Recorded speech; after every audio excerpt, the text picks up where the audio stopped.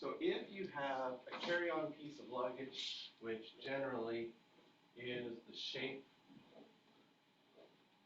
of a rectangular prism, and the whole thing can't exceed 100 centimeters.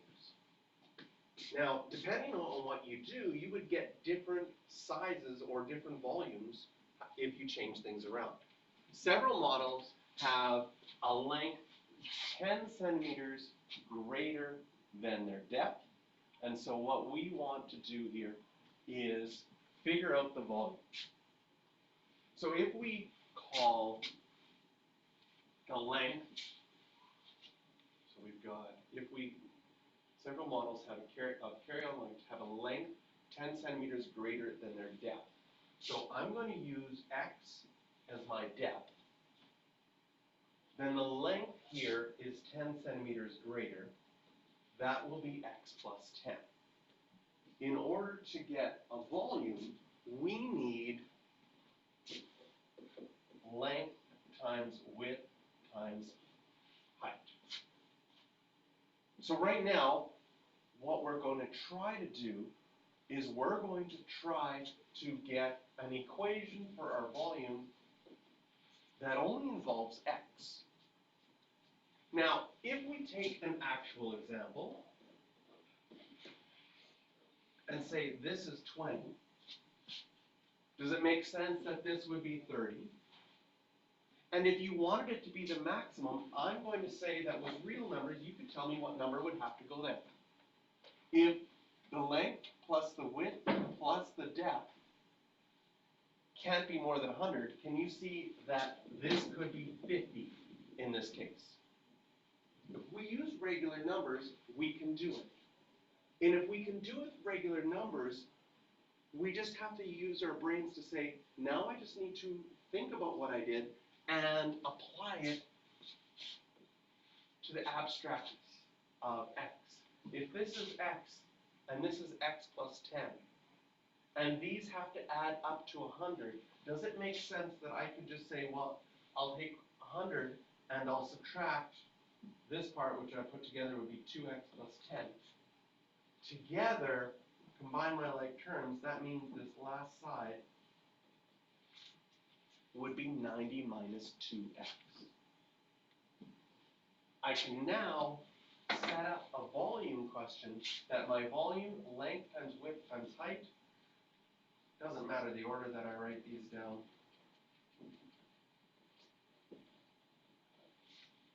That's my volume equation. And the neat thing about a volume equation is that it's already factored. In fact, using what we learned yesterday, we could draw a quick sketch of this graph.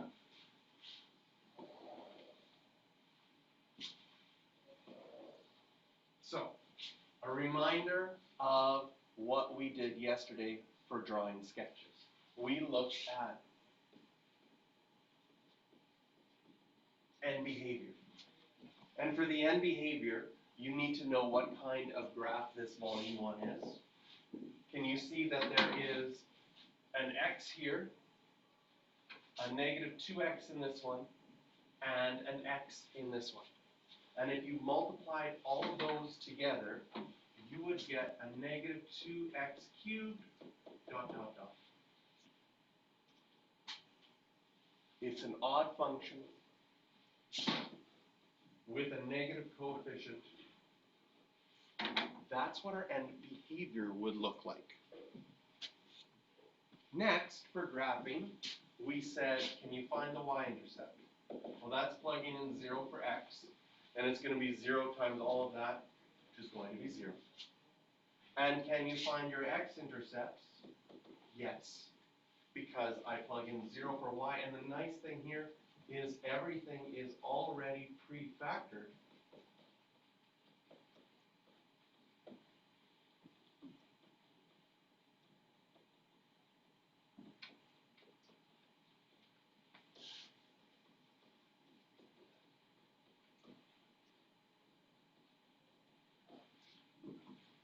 So if we wanted to draw a sketch of this graph using what we learned from yesterday, we would know you have 0, 0, again,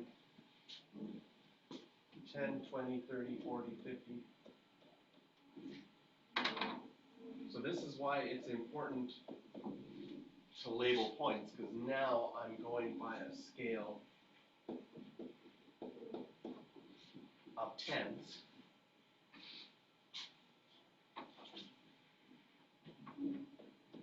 Maybe I'll go by tens along there as well. So if we were drawing this as a sketch, we know that our end behavior is up over here and down over here. We know that each of our x-intercepts has a multiplicity of 1. So that means our graph is going to go straight through each of them. And based on what we learned yesterday, this is the graph that we have. Now for today, we're going to apply this knowledge that we learned previously to real-life situations. The real-life situation that we have here, if we think about the equation that we just graphed, this was volume and this was x. That's what we graphed. A couple of things. Based on a real-life situation, can the depth of your suitcase be negative? No. Does it make sense that this section actually doesn't exist for the real-life graph? Can your volume be negative? That would suck. You buy a suitcase with a negative volume, you throw something in, it just disappears. It's like, where'd it go? I don't know. I have a volume, negative volume in my suitcase. So in reality, this is the part that makes sense. And what this question is asking us is, can we use technology to find that maximum volume? Which would be really important, because if an airline makes these kind of stipulations, then luggage companies want to advertise that their carry-on fits the dimensions, but holds more than anybody else. Because people want the maximum amount of space if they're bringing it on the plane. So what we're going to do is we're going to go to Desmos or a graphing calculator, either one. We're going to type in this equation exactly as we had it. We don't have to multiply it out, so it was x plus 10, 90 minus 2x, and x. And we might have to zoom out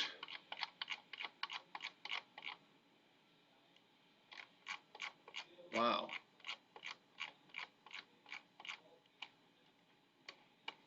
No, this seems like, this, I'm not happy with this right now. There must be, let's say, on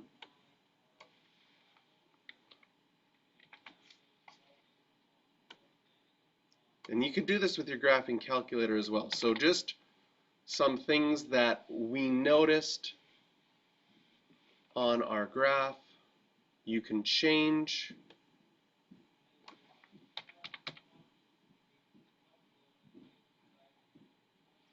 Did I type in something wrong here?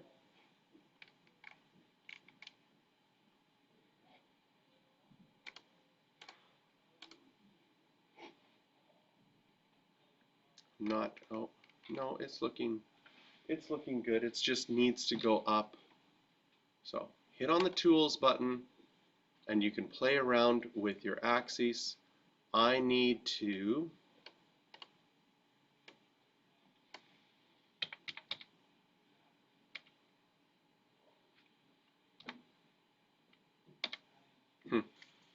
interesting.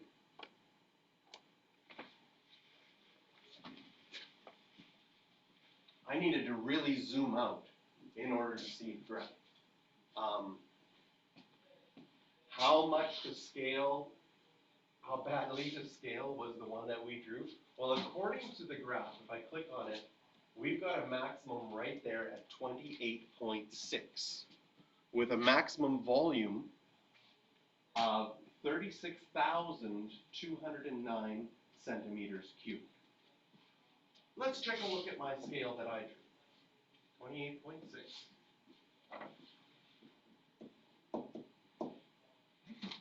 Does that point look like it went up to 30,000?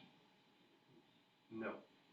But what it's saying that is if I plugged in 28.6 here, this would be 38.6, and this would be 40 something. And if you multiply all of those numbers together, you're going to get a very large number. What we found on Desmos was 36,209.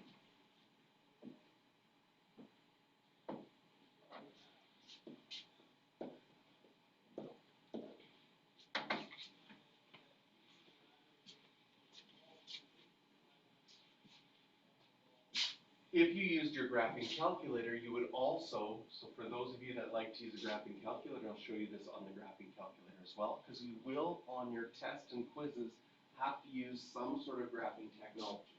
So you'll have to either use Desmos or use a graphing calculator.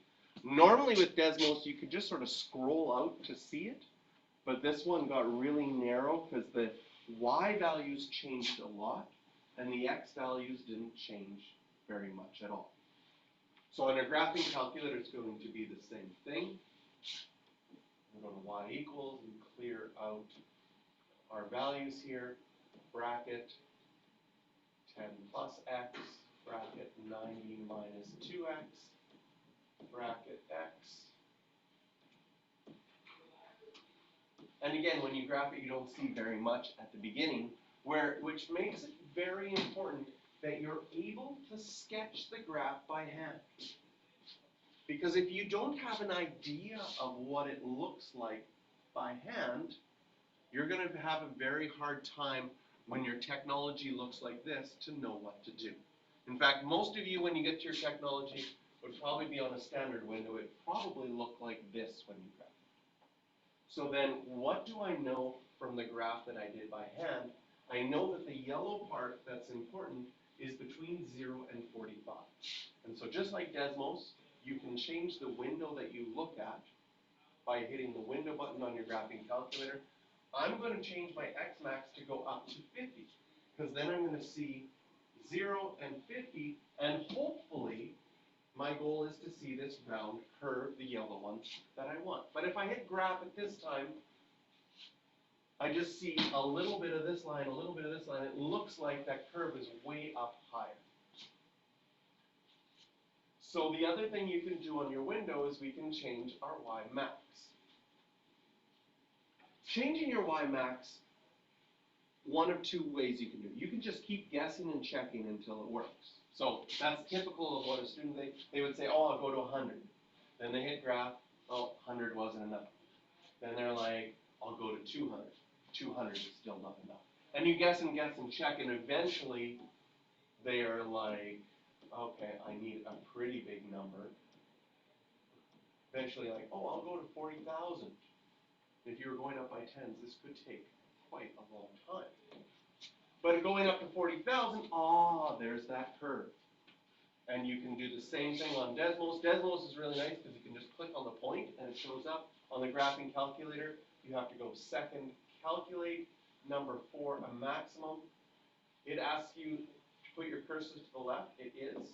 Push enter. Put your cursor to the right, so I move it so it goes past the maximum to the right side. Push enter. Draws another arrow. Is the maximum between those two arrows? Yes. It asks you to guess. You just push enter again. Pretend you guess. And you get the 36,209 on your graphing calculator as well. So whereas Desmos is nice, we'll go back to Desmos. Desmos is nice because you can scroll to zoom in and out. Unfortunately, when you scroll, well, now it's already set because my window's already set to a nice window. But when you scroll, it might not be at a nice window. So in Desmos, there is the tool button here that would allow you to change your x-axis and your y-axis as well. And then on Desmos, you just click on the function and the maximum automatically shows up.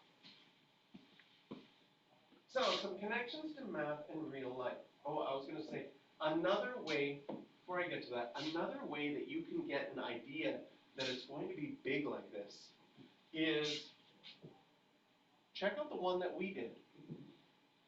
We did 20, 30, and 50. If you did 20 times 30 times 50, you're going to get 30,000. So it's telling you, hey, the volumes are going to be at least 30,000 with the example that you chose. How many guesses and checks on your windows do you think you'd be like, oh, it's at least 30,000. Why don't I start with 30,000 and see if that's enough? Oh, it's close. How hard would it be to you to go to 40,000 and 2 guesses? Then, probably a lot quicker. So, blindly guessing and checking can sometimes take a long time. Using a little bit of knowledge can help you a lot. Next thing I want just to talk about, because this section, like when you can apply the math that you're learning to something that's realistic and see the value of it, then learning the math becomes easier. This unit's going to do that very well once and very poorly a second.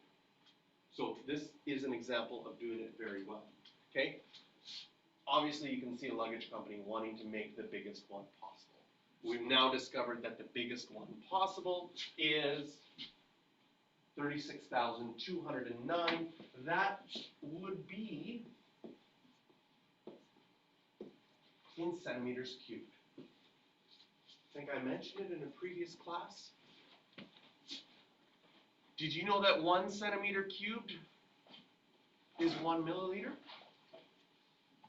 Have you ever, like, if you actually make a 1 centimeter by 1 centimeter, 1 centimeter cubed, it will fill exactly 1 milliliter of water. And so, if you're ever planning on, like, oh, I want to go backpacking, or I like to go hiking, and I want a big travel backpack. The interesting thing is when you go to buy from, fancy places like MEC or North Face and buy one of these really high-end backpacks, their size, their volume is measured in liters, okay? It's not like you're going to be like, oh, perfect, I can't wait to fill my backpack full of water. It's not like you're going, but they measure, a lot of volumes are measured in liters, and 1,000 centimeters cubed would be 1,000 milliliters, which would be 1 liter. So this suitcase is a 36-liter suitcase. If you want to imagine how big that is, do you ever buy the big pails of ice cream that are 4 liters? That would be like 9 big pails of ice cream. We should have really brought 9 big pails of ice cream today for class. That would have been really good. That would be a lot of ice cream for each person. Okay, so there is a connection to, oh, if I can find a maximum, that's the biggest possible. Now I know what dimensions I can make my suitcase in to follow airline standards, but still give me the most space possible. Especially now, I don't know if any of you have gone on a flight lately, airlines are now charging extra for just about everything. But if you're allowed 1 free carry-on and it can hold a lot of stuff, that can be to your advantage. All right, there's our intro.